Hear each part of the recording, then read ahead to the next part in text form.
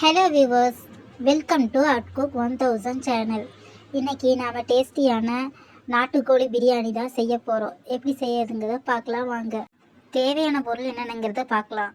கோழிக்கறி 1/2 கிலோ, பச்சை மிளகாய் 3, வெங்காயம் 400 கிராம், தக்காளி 400 கிராம், பட்டை 1 கிராம், கிராம்பு 4, ஏலக்காய் 4, பூண்டு பேஸ்ட் 100 கிராம், இஞ்சி பேஸ்ட் 80 கிராம், சின்ன வெங்காயம் பேஸ்ட் 75 கிராம், மல்லி புதினா ஒரு கைப்பிடி அளவு, மிளகாத்தூள் 2 டேபிள் ஸ்பூன், தயிர் 100 ml, அரிசி 1 கிலோ, சால்ட்டு தேவையான அளவு, எலுமிச்சம்பழம் 1, எண்ணெய் 200 ml. கோழிக்கறியில் கொஞ்சம் கரம் மசாலா பொடி, கொஞ்சம் இஞ்சி பூண்டு பேஸ்ட், கொஞ்சமாக உப்பு, கொஞ்சமாக மஞ்சத்தூள், மிளகாய்த்தூள் 1/4 டேபிள் ஸ்பூன் சேர்த்து நல்லா மிக்ஸ் பண்ணிக்கலாம். நல்லா மிக்ஸ் பண்ணதுக்கப்புறம் அதில் 1.5 கிளாஸ் தண்ணி சேர்த்துக்கலாம். 2 விசில் வேக வச்சு எடுத்து வச்சுக்கலாம். அடுப்பில் பாத்திரத்தை வச்சு பாத்திரம் சூடானதும் அதில் 200 ml ரீஃபைண்ட் ஆயில் சேர்த்துக்கலாம். ரீஃபைண்ட் ஆயில் சூடானதும் அதில் 3 பச்சை மிளகாய் சேர்த்துக்கலாம். இதில் 400 கிராம் பெரிய வெங்காயத்தை சேர்த்துக்கலாம். பொடி பொடியாக ஸ்லைஸாக கட் பண்ணி வச்சுக்கோங்க, அப்போ தான் நல்லா வேகும். வெங்காயத்தை நல்லா வதக்கிக்கலாம். நல்லா கோல்டன் ப்ரௌன் கலர் வர்ற வரைக்கும் நல்லா வதக்கிக்கலாம். அதில் ஸ்லைஸாக கட் பண்ணி வச்ச தக்காளியை சேர்த்துக்கலாம்.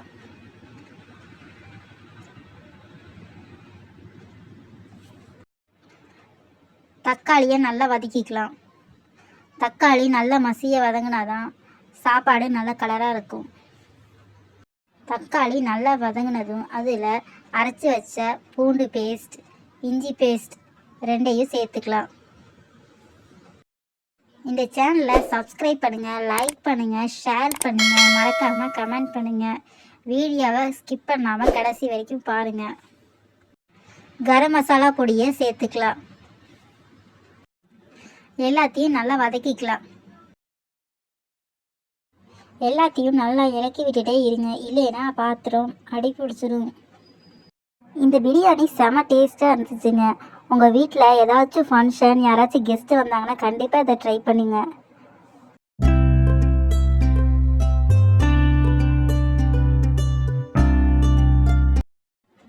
நல்லா வதக்கணும். அதில் அரைச்சி வச்ச சின்ன வெங்காய பேஸ்ட்டை சேர்த்துக்கலாம்.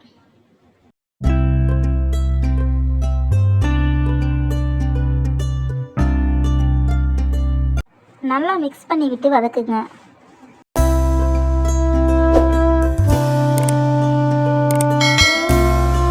பிரியாணி வீடியோவை கடைசி வரைக்கும் ஸ்கிப் பண்ணாமல் பாருங்கள். அதெல்லாம் நிறைய டிப்ஸ் கொடுத்துருப்பேன், அதெல்லாம் கரெக்டாக ட்ரை பண்ணுங்கள்.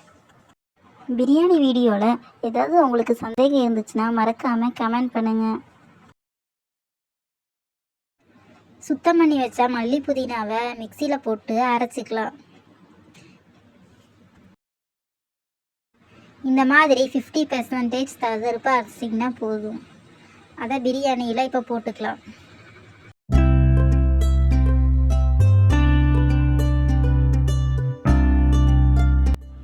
நல்லா வதக்கிக்கலாம்.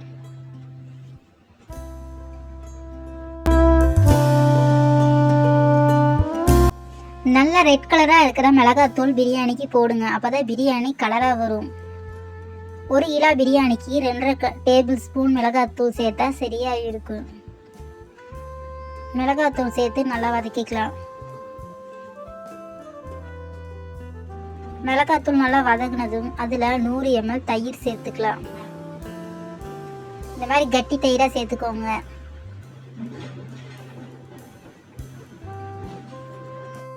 தயிர் சேர்த்து எல்லாத்தையும் நல்லா கலந்து விடுங்க. கேஸை ஸ்லோ ஃப்ளேமில் வச்சு நல்லா எண்ணெய் பிரிஞ்சு வர்ற வரைக்கும் நல்லா வதக்கிக்கலாம். அப்படியே ஒரு தட்டு போட்டு மூடி வச்சுக்கலாம்.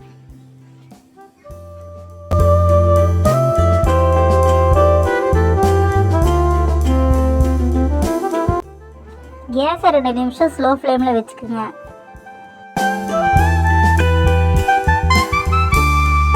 இப்போ பிளேட்டை திறந்து பார்க்கலாம். மசாலாலாம் நல்லா வெந்து எண்ணெய் பிரிஞ்சு வந்திருக்கு. ஒரு எலுமிச்சம்பழத்தை ஜூஸ் பிழிஞ்சு கொட்டை இல்லாமல் எடுத்து பிரியாணி மசாலாவில் சேர்த்துக்கலாம். நல்லா மிக்ஸ் பண்ணி விட்டுட்டு ஒரு அரை நிமிஷம் தட்டு போட்டு மூடி வச்சுக்கலாம். இப்போது இந்த மசாலாவில் நம்ம மசாலா பிரட்டி வேக வச்ச கறியை சேர்த்துக்கலாம். அரிசிக்கு தேவையான 1க்கு 1.5 பங்கு தண்ணி அளந்து சேர்த்துக்கலாம். நல்லா மிக்ஸ் பண்ணி விட்டுக்குங்க. 1 கிலோ அரிசிக்கு 1 கைப்பிடி மடக்குன அளவு உப்பு சேர்த்திங்கன்னா கரெக்டாக இருக்கும். 1 கைப்பிடி அளவு உப்பு சேர்த்துக்கோங்க. நல்லா கலந்து விடுங்க.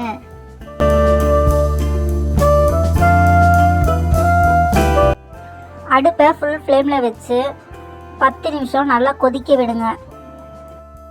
அரிசியை நல்லா 2 தடவை கழுகி 3ஆவது தடவை தண்ணி ஊற்றி அரை மணி நேரம் ஊற வச்சுக்கோங்க.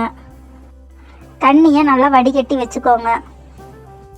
தண்ணி நல்லா கொதிச்சிருச்சு. இப்போ இந்த ஸ்டேஜில் நாம் அரிசியை சேர்த்துக்கலாம். தட்டை ஓப்பன் பண்ணி பாருங்கள். நல்லா கொதிச்சிருச்சு. நல்லா மிக்ஸ் பண்ணி விடுங்க.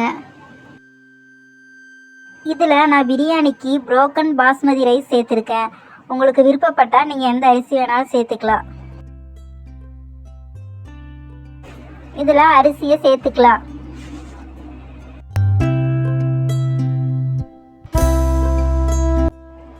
அரிசியை நல்லா கலந்து விடலாம்.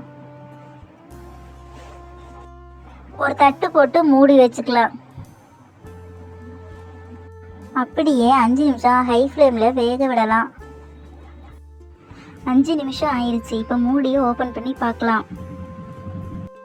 பிரியாணியை அடிப்பகுதியிலேருந்து மிக்ஸ் பண்ணலாம், இல்லைன்னா அடியில் அடி பிடிக்கிறதுக்கு வாய்ப்பு இருக்குது. அடியிலேருந்து மெதுவாக கிளறி விடுங்க.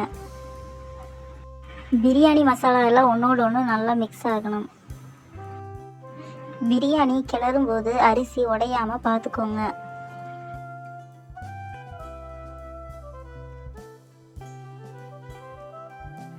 பிரியாணியை பாத்திரத்தில் சமமாக பரப்பி விடுங்க. பிரியாணியை ஒரு தட்டு போட்டு மூடி வச்சுக்கலாம். முதல்ல ஒரு 10 நிமிஷத்துக்கு தம் போடலாம்.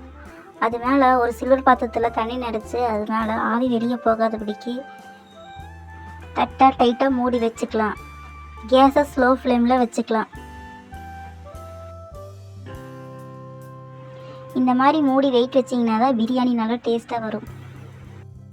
இப்போது 10 நிமிஷம் ஆயிடுச்சு. பிரியாணியை ஓப்பன் பண்ணி பார்க்கலாம். பிரியாணியை அடிப்பகுதியிலேருந்து ஓரத்துலேருந்தெல்லாம் நல்லா மெதுவாக எடுத்து விடுங்க. பிரியாணியை மெதுவாக கிளறி விடுங்க.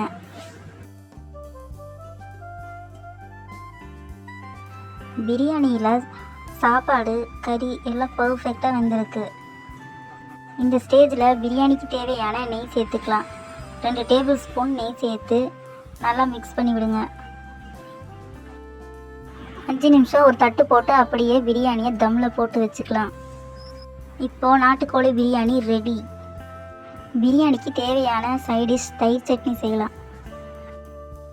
தயிர் சட்னி செய்யறதுக்கு நல்ல பொடி பொடியாக கட் பண்ணி வச்சா 2 பெரிய வெங்காயம், மல்லித்தலை சிறிதளவு, பொடியாக கட் பண்ணி வச்ச ஒரு பச்சை மிளகாய்,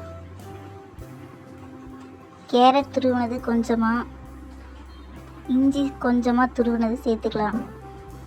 தேவையான அளவு உப்பு சேர்த்துக்கலாம். எல்லாத்தையும் ஒன்று நல்லா கலந்து விடலாம். தயிர் சட்னியில் தயிர் சேர்த்ததுக்கப்புறம் நல்லா கலந்து விடக்கூடாது. தயிர் ஃபுல்லாக உடஞ்சி தண்ணி மாதிரி ஆயிடும். இப்போது தயிர் தேவையான அளவு சேர்த்து மெதுவாக கலந்து விடலாம். இப்போது பிரியாணிக்கு தேவையான தயிர் சட்னி ரெடி. பிரியாணியும் தயிர் சட்னியும் செம காம்பினேஷன். உங்கள் வீட்டில் இந்த 2ஐயும் ட்ரை பண்ணி பாருங்கள். இப்போது பிரியாணியை சர்வ் பண்ணலாம். பிரியாணியை ஒரு லெக் பீஸோட பவுலில் போட்டு பரிமாறுங்க. பார்க்க அழகாக இருக்கும். கூட சைடிஷ்ஷாக சிக்கன் கிரேவி செஞ்சு சாப்பிடுங்க. செம டேஸ்ட்டாக இருக்கும். அது கூடவே சப்ஸ்கிரைப் பண்ணிக்கோங்க, லைக் பண்ணுங்கள், ஷேர் பண்ணுங்கள், மறக்காமல் கமெண்ட் பண்ணுங்கள். பிரியாணி கூட சைட் டிஷ்ஷாக தயிர் சட்னி சேர்த்து சாப்பிட்லாம். இனி எங்களோட நெக்ஸ்ட் வீடியோ பிரியாணியோட சைட் டிஷ் சிக்கன் கிரேவி. உங்கள் வீட்டில் ட்ரை பண்ணுங்கள். வர்ற ஃப்ரைடே இந்த வீடியோ பாருங்கள். இந்த சிக்கன் கிரேவி சப்பாத்தி ரைஸ் கூட சேர்த்து சாப்பிட்டுக்கலாம். செம்ம டேஸ்டியாக இருக்கும். நீங்கள் அடுத்த வீடியோ பார்த்து ட்ரை பண்ணுங்கள். இந்த பிரியாணி வீடியோவும் நீங்கள் ட்ரை பண்ணுங்கள். தேங்க்யூ ஃபார் வாட்சிங்.